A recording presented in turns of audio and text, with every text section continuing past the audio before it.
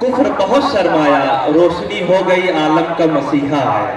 ہر ابتدا سے پہلے ہر انتہا کے بعد، ہر ابتدا سے پہلے ہر انتہا کے بعد ذات نبی بلند ہے، ذات خدا کے بعد، اور دنیا میں احترام کے قابل ہیں جتنے لوگ، میں سب کو مانتا ہوں مگر مصطفیٰ کے بعد۔ قتل حسین اصل میں مرگ یزید ہے، اسلام زندہ ہوتا ہے ہر کربلا کے بعد۔ ارباب محبت کا جنون ہائے رے توبہ، منزل پہ پہنچ کر بھی پتہ پوچھ رہے ہیں۔ عزیز ساتھیو، ہمیں ناز ہے، ہمیں فخر ہے کہ ہمارے گاؤں کے اندر ایک ایسا عالم دین، ایک ایسا ترجمان اسلام موجود ہے جو ایک بہت بڑے ادارے کا شیخ الحدیث ہے۔ میں بہت ہی ادب کے ساتھ، احترام کے ساتھ استاذ الاساتذہ، محترم المقام، واجب الاحترام، مشفق و مہربان، نمونہ اسلاف، داعی اسلام، ترجمان گردش ایام، حضرت مولانا مفتی وسیع احمد صاحب قاسمی مدد اللہ علیہ سے درخواست کرتا ہوں کہ حضرت تشریف لائیں اور اپنی قیمتی باتوں سے، قیمتی سامعین سے ہم تمام لوگوں کو مستفیض فرمائیں۔ ہمارے جو ساتھی پیچھے کھڑے ہوئے ہیں ان سے بہت ہی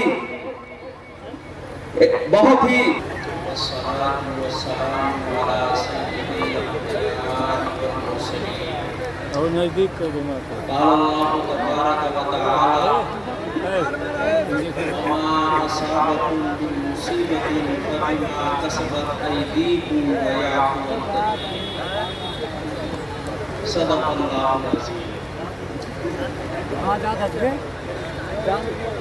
بزرگان محترم، عزیز ساتھیوں، تقریر تو آپ حضرات سن چکے مفتی محمد ساجد صاحب کی، ماشاءاللہ بہت اچھی، جوش اور پرزور انداز کی۔ میری تو انرجی بھی بظاہر ختم سی ہو رہی ہے کیونکہ 11 بجے جو ہے سونے کا معمول ہے اور دیر سی ہو رہی ہے، تاخیر سے ہو رہی ہے۔ آپ حضرات سے درخواست ہے کہ دعا کریں، تھوڑا ہمت ہو، کچھ باتیں آپ سے کہہ سکوں۔ ویسے تو اس طرح مقرر نہیں، میں مدرس ہوں، درس کے انداز میں کچھ باتیں آپ حضرات کے سامنے انشاءاللہ پیش کروں گا۔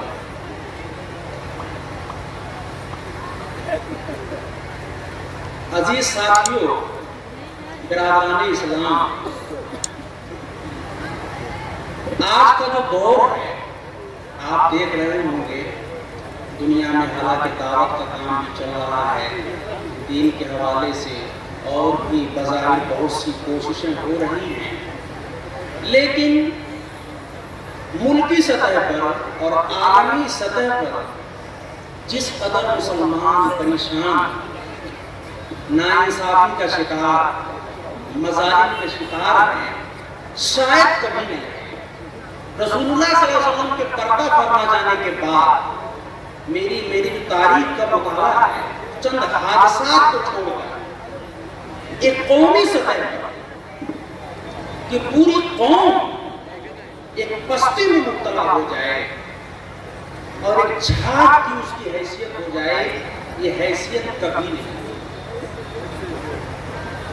کیا ہم نے اور آپ نے کبھی غور کیا کہ ایسا کیوں ہے؟ اچھا آپ دیکھیں، دنیا میں دیکھیں، ہمارے اس وقت منظور شدہ جو ہے 57 ممالک اور غیر منظور شدہ جو ہے کل 61 ممالک مسلمانوں کے ہیں، لیکن مسلمانوں کو کوئی آواز کہیں نہیں سنی جاتی، مارے جا رہے، کاٹے جا رہے۔ آپ فلسطین میں دیکھ لیجیے، آپ برما کے اندر دیکھ لیجیے، ان کا اپنا وطن ہے،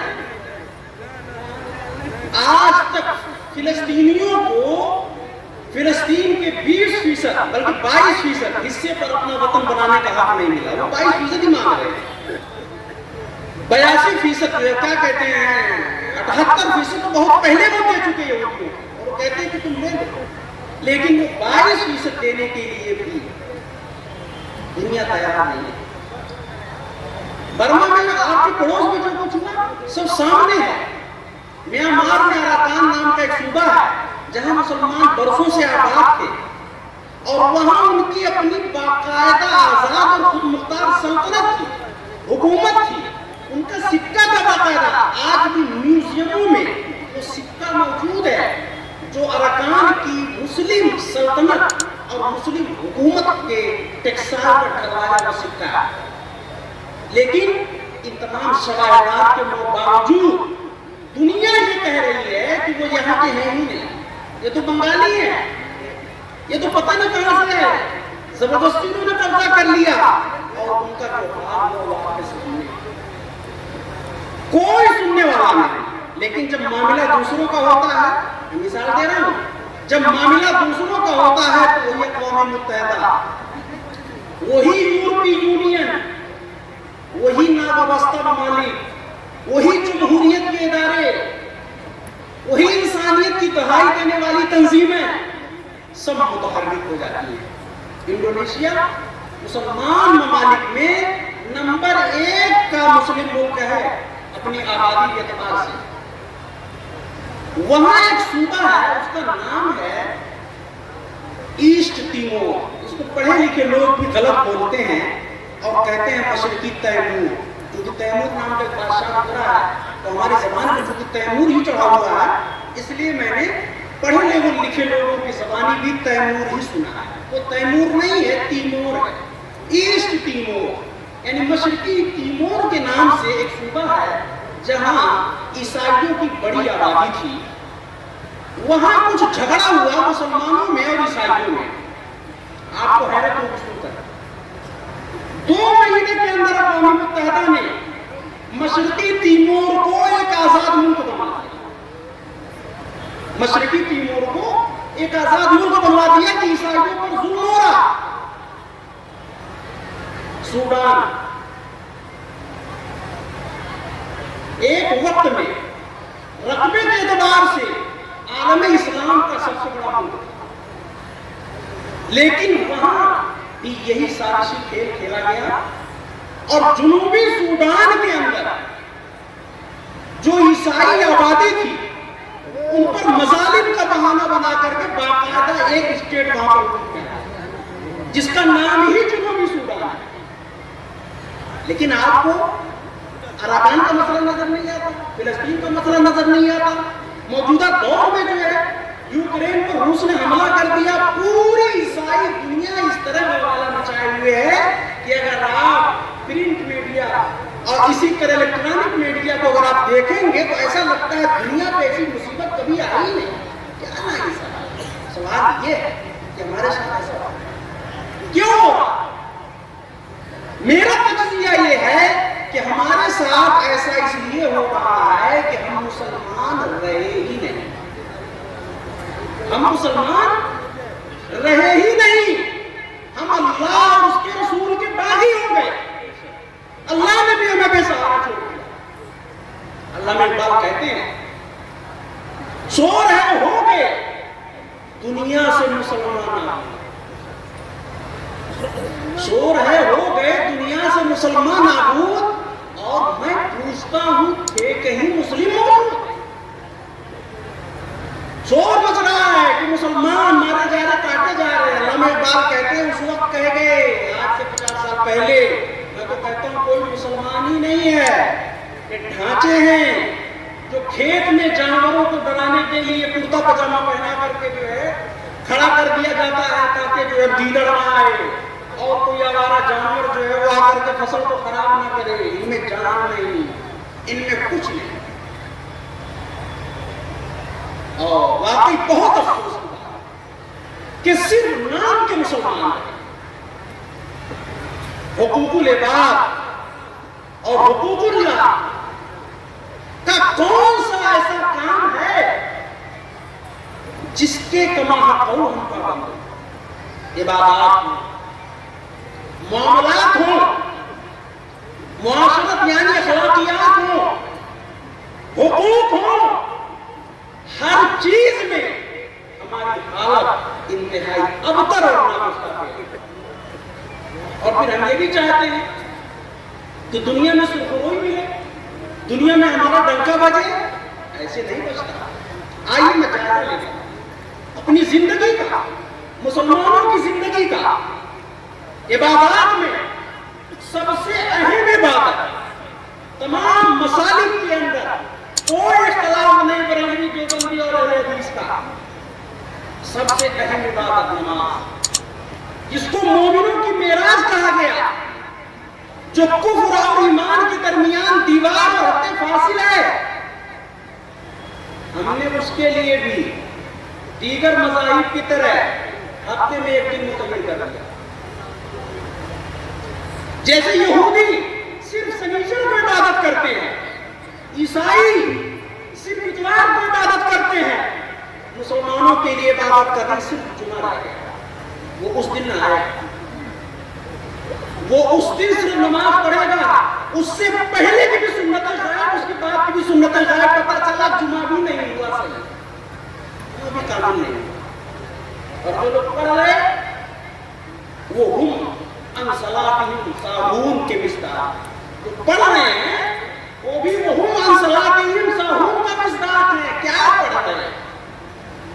حضرت ابو ہریرہ رضی اللہ عنہ کی روایت ہے، اللہ کے رسول صلی اللہ علیہ وسلم نے فرمایا، ایک آدمی کو دیکھا کہ نماز پڑھ رہا ہے اور یوں کر رہا ہے، داڑھی سے اللہ نے فرمایا کہ اگر اس کے دل میں خشوع ہوگا تو یہ حرکت نہ کرے۔ یہ جو داڑھی سے نہیں کر رہا نا، اس کا دل موجود نہیں ہے،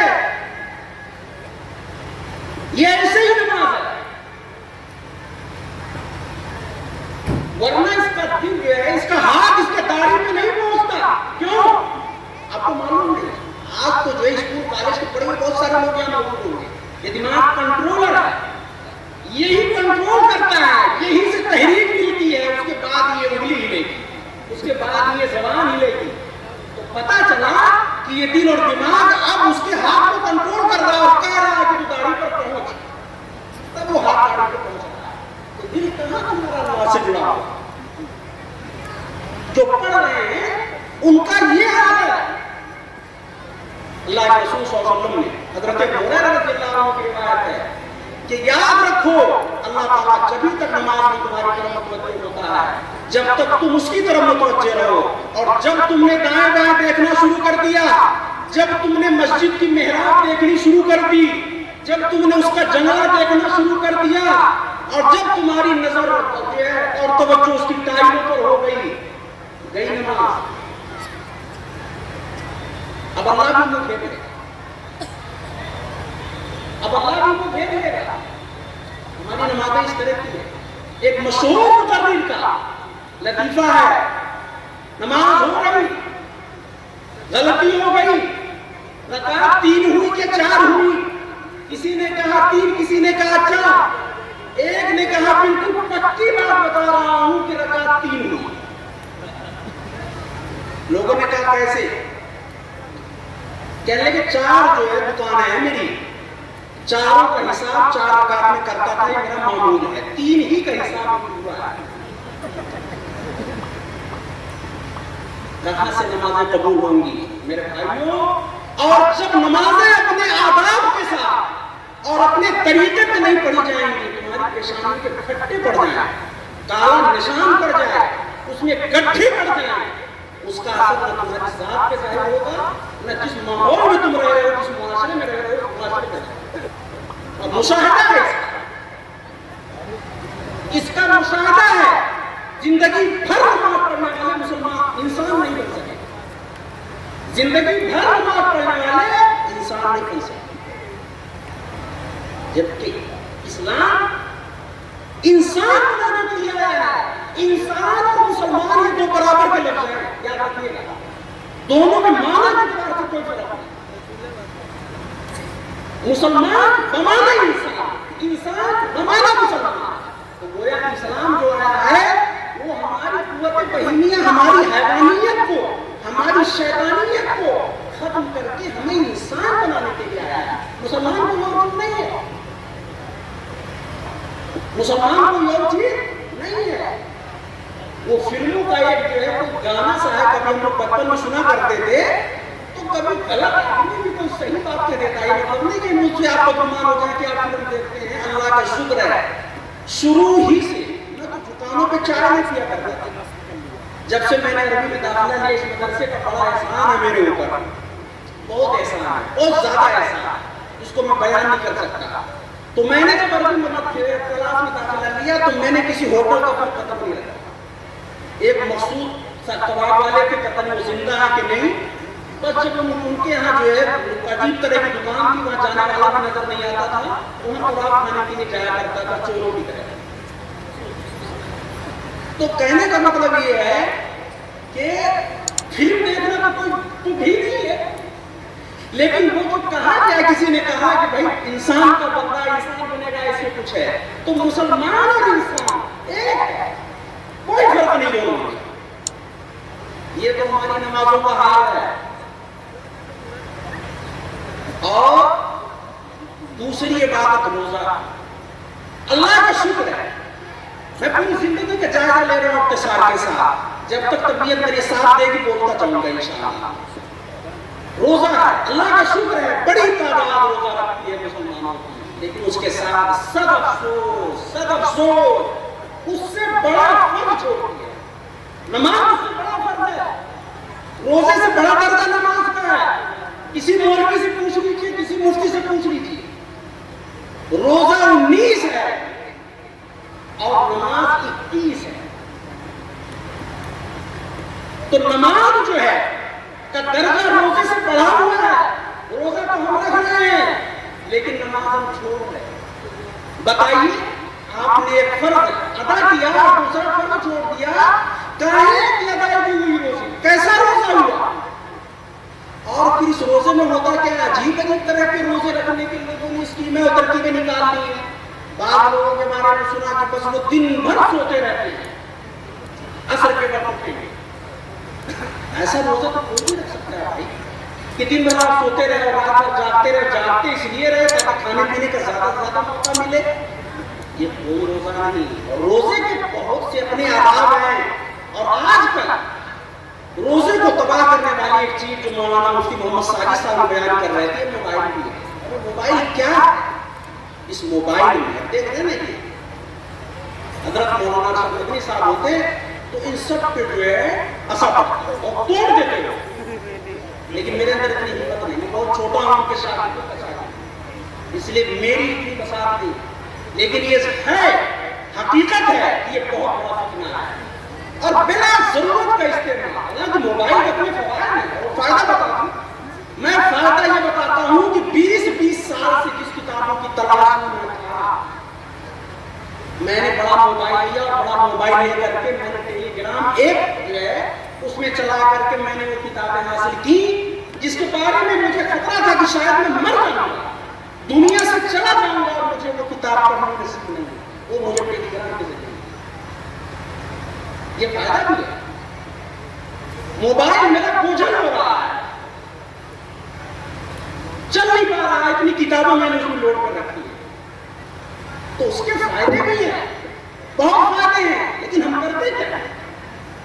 हमने उसको गलत चीजों का और ये चीजें उलमा में भी आ रही। चुप्पू फरस काबा बल खेजा पूजा बाशर मुसलमानी, जब काबा से कुफर की सप्लाई होगी तो इस्लाम बाकी रहेगा। तस्वीरों की उलमा ने खास जरूरत के तहत इजाजत दी और कहा था कि भाई कुछ गवर्नमेंट के और सरकारी काम ऐसे होते हैं जो तस्वीरों के बगैर नहीं हो सकते। आपका पासपोर्ट उसी से बनेगा, आपका राशन कार्ड उसी से बनेगा, और तो बहुत सारी ऐसी जरूरत होती हैं जिसमें जो है फोटो की जरूरत पड़ती है। उन्होंने ने कहा कि फोटो आप इस मकसद के लिए खिंचवा सकते हैं, लेकिन अब वो फोटो इतना आम हो गया, एक आदमी लेटा हुआ है, अलग फोटो बनाएगा, शाम तक वो आ भी जाएगा मोबाइल पर, मोबाइल हाथ में पकड़े हुए हैं, उसका गलत फोटो आएगा, बैठा हुआ है गलत फोटो आएगा, खास में बैठा अलग फोटो आएगा, कुर्सी में बैठा अलग फोटो आएगा, माइक पकड़े हुए हैं वो गलत फोटो आएगा। मुझे बताएं, इन सब से पूछ रहा हूं, इन सब से पूछ रहा हूं, मसले के बारे में बताइए कहां तक जाए। अब इनको हम क्या समझाएं? इनको हम नहीं समझा सकते, इनको हमने बर्बाद किया। इन नौजवानों की बर्बादी में थोड़ा सा हमारा भी रोल है, थोड़ा सा हमारा भी रोल है। आप अपनी जिम्मेदारी को क्यों नहीं समझते? तो ये जो रमजान गुजरता है, रमजान में जो है ये जो मोबाइल है, इस मोबाइल ने भी हमें तबाह तबाह किया है। अलबत्ता उसमें कुछ अच्छी चीज मैंने बताई, आप उसमें नात सुने बगैर म्यूजिक की, जो बगैर म्यूजिक की नातें हैं, जिनके मज़ामीन अच्छे हैं, शिरक नहीं है उसमें, इश्किया अंदाज नहीं है, नगमों का और गीतों का अंदाज नहीं है। आप सुनिए ना, आप अच्छी किरात सुनिए, आप उलमाए हक की तकारीर सुनिए, बहुत सी चीजें हैं। ये क्या जरूरी है कि उसमें वही सारी चीजें आप देखें जो गलत है, लेकिन वो यही रहा है। आप मोबाइल से अब रोक नहीं सकते तो हाँ, वो ये जो मोबाइल रखने वाला तबका है, इनके अंदर खुदा का खौफ पैदा करो, इनके अंदर अल्लाह का डर पैदा करो। खुदा के डर के अलावा कोई चीज राह रास्त पे नहीं ला सकती। इसलिए इन नौजवानों पर मेहनत करो, इन लोगों को सही मसला बताओ और बताओ कि मोबाइल गुनाह नहीं है, जरूरत की चीज है, उसको सही तरीके पर इस्तेमाल करो। तीसरी चीज आ जाएगी हज है, तीसरा रुकन है इस्लाम। पता नहीं किसने हमें यह मसला बता दिया कि जब तक सारे बच्चों की शादी से फारिग न हो जाए, जब तक एक शानदार सा बंगला न बना ले, तब तक हज पे नहीं जाना चाहिए। ये कहीं नहीं लिखा हुआ, कहीं भी नहीं लिखा हुआ है। 20 साल का जो लड़का है, उसके पास भी अगर इतनी इस्तिताअत है कि उसकी जरूरियात से जायद है जिससे हज का सफर किया जा सकता है, उसे हज करना चाहिए। और हमारे मौजूद है 3 नौजवान माशाअल्लाह, 2 नौजवान कहीं बैठे हुए हैं, हमारे नाजिम साहब और हमारे रजत साहब माशाअल्लाह, इन्होंने तकरीबन नौजवानों ने हज किया है। तो ऐसा कोई जरूरी नहीं है, ये बिला वजह है कि भी एक लड़के की शादी बाकी है, गलत है ये, इसमें बहुत गलतियां हो रही हैं। मेरे रिश्ते के चचा नाम नहीं लूंगा, गांव की बात है। मैंने उनसे कहा कि आप हज के लिए क्यों नहीं गए? कहने लगे बेटा हज के लिए जो है मेरा इरादा हो गया, तेरी चची ने कहा कि फला जगह जमीन बिक रही है। मैंने चचा से जवान नहीं कहा, नाम नहीं लूंगा, अगर वो होंगे तो समझ गए होंगे, नहीं होंगे तो वो कोई बात नहीं। बात मुझे कहनी है, चची के कहने की वजह से चचा बदमशुमार नहीं होंगे खुदा के यहाँ। अगर उन्होंने जमीन खरीदी और वो पैसे हज के जो उनकी जरूरत से जायद थे उन्होंने हज में नहीं लगाए, तो खुदा के यहाँ चची तो पकड़ी जाएंगी, चचा न पकड़े।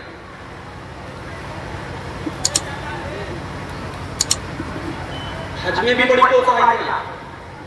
अच्छा, अक्सर तो ये हाल है, फिर जिन लोगों को तौफीक होती है जो जाते हैं, वो वापसी के बाद भी पता चला क्लीन शो है, अपनी दाढ़ी मुड़ रही है, मुड़ नहीं रही है तो कतरी जा रही है, एक मुश्त से कम।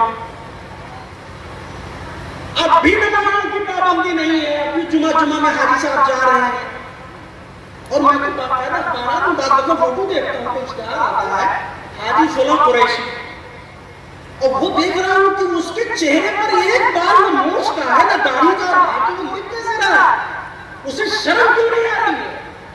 वो डूब क्यों नहीं गया चुल्लू के पानी में? ये हज है, ये हज है।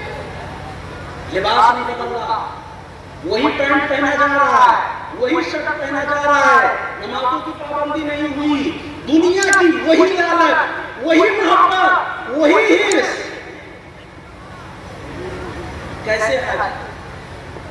अल्लाह के रसूल सल्लल्लाहु अलैहि वसल्लम फरमाते हैं कि हज मकबूल की अलामत ये है कि हज से वापसी के बाद आपके अहवाल बदल, हज से वापसी के बाद आपके हालात बदल जाएं। जितनी बीमारियां थी, रूहानी बीमारियां, तकब्बुर, भूख, कीना, दुनिया की जरूरत से ज्यादा मोहब्बत, और क्या कहते हैं हसद, जलन, नफरत, सब कुछ आपके दिल से निकल जाए।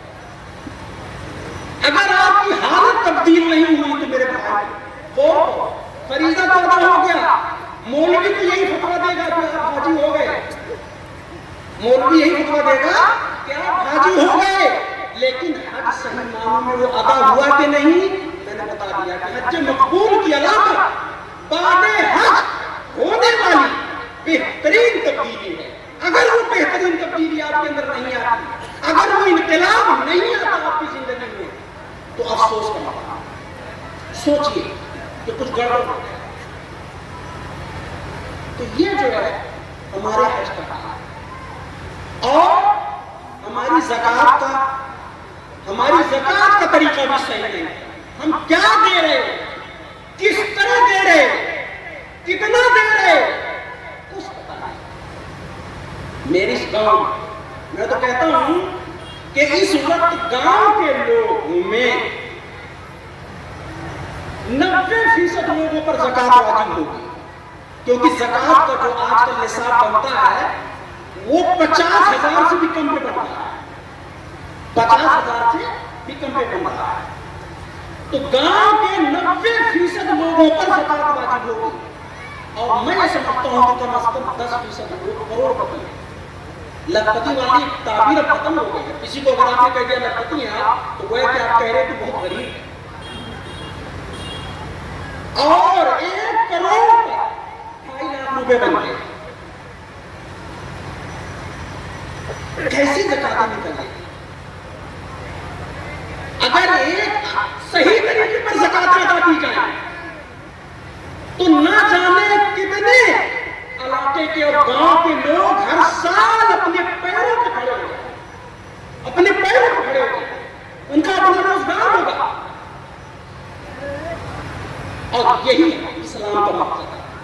زکوٰۃ کا یہی مقصد ہے کہ یہ جو اونچ نیچ کا فرق ہے زمین و آسمان کا، اللہ اس برابری چاہتا ہے. اللہ فرق نہیں چاہتا. اور عجیب طرح کی اس کی آزمائشیں ہیں. دے کے بھی آزماتا ہے اور تلاش بنا کے بھی آزماتا ہے. دونوں کا امتحان ہے. اللہ برابری چاہتا ہے. تو زکوٰۃ کا یہی مقصد ہے کہ جو دبے پچھلے لوگ ہیں ان کو ابھارو. ان کو ابھارو. یہ نہ سوچو کہ یہ بھی جو ہے آپ نے آج لڑا کے بات کرنے لگے گا، کل کا ہمارے یہاں کا مزدور تھا. یہ نہ سوچو. تم بھی کبھی کسی زمانے میں مزدور رہے ہو گے. کیا پتا تمہیں معلوم ہے اپنی نسل 50 سال جو ہے نسلوں کا تمہیں پتا ہے. تمہارا تو دادا سے اوپر کا کسی کو پتا نہیں. دادا سے اوپر کوئی نہیں جانتا. پر دادا تک پہنچتے ہیں، اس کے باپ سے بھول جاتے ہیں. تو بھائی تم پتہ نہیں کیا رہے ہو کہ بھائی کیسے کیسے تم یہاں تک پہنچے. یہ نہ سوچو. زکوٰۃ کا مقصد پورا کرو. ہم تو یہ سمجھتے ہیں کہ چند مدرسوں کے لیے چند 100 روپے کی یا چند 1000 روپے کی رسیدیں پکڑا لی ہم نے اور ہمارا فریضہ زکوٰۃ ادا ہو گیا. یاد رکھیں فریضہ ایسے نہیں ادا ہوتا. فریضہ ایسے نہیں ادا ہوتا. اور یہ جو مدرسے ہیں، ایک بات میں اور کھول کے کہہ دیتا ہوں، میری کچھ باتیں کڑوی ہو سکتی ہیں، مدرسے والوں کو بھی بری لگ سکتی ہیں. یہ مدرسے زکوٰۃ کے لیے ہیں ہی. یہ مدرسے امداد کے لیے ہیں. ان کو امداد دو. یہ زکوٰۃ کب شروع ہوئی؟ جب حضرت مولانا محمد قاسم نانوتوی بانی دارالعلوم دیوبند نے دیکھا کہ انقلاب پھیل رہا ہے اور مسلم حکومت چلی گئی. جاگیردار، نواب اور بڑے بڑے زمیندار اور مالدار لوگ جو مدرسے چلایا کرتے تھے، بڑے بڑے علماء کی کفالت کیا کرتے تھے، ان کو الاؤنس دیا کرتے تھے، ان کو وظیفہ دیا کرتے تھے کہ حضرت دین کی خدمت کریں، بچوں کو پڑھائیں، ہم دیتے رہیں گے آپ کو، ہم آپ کا گھر بنوا دیں گے، ہم آپ کو کوئی زمین دے دیں گے، آپ جوتے کھاتے رہیے گا. وہ سلسلہ ختم ہو گیا. اگر مولانا قاسم نانوتوی نے تب یہ چندے کا سلسلہ شروع کیا. لیکن یہ بتائیے آپ، یہ جو زکوٰۃ ہے یہ تو کہیں پورے قرآن و حدیث میں کہیں بھی مدرسے کا ذکر نہیں ہے کہ مدرسہ زکوٰۃ کا مصرف ہے. بتائیے موجود ہے کہیں نہیں. مدرسوں کو امداد دو. زکوٰۃ نہ دو. زکوٰۃ غریبوں کو دو، اپنے رشتہ داروں کو دو جو غریب ہیں، محتاج ہیں، کسی لائق نہیں. مدرسے میں امداد دو. اور تمہاری زکوٰۃ دینے کی وجہ سے تمہیں معلوم نہیں مدرسے والے کتنے مسائل سے دوچار ہیں. یہ زکوٰۃ صرف طلبہ کو کھانے کے لیے دی جا سکتی ہے.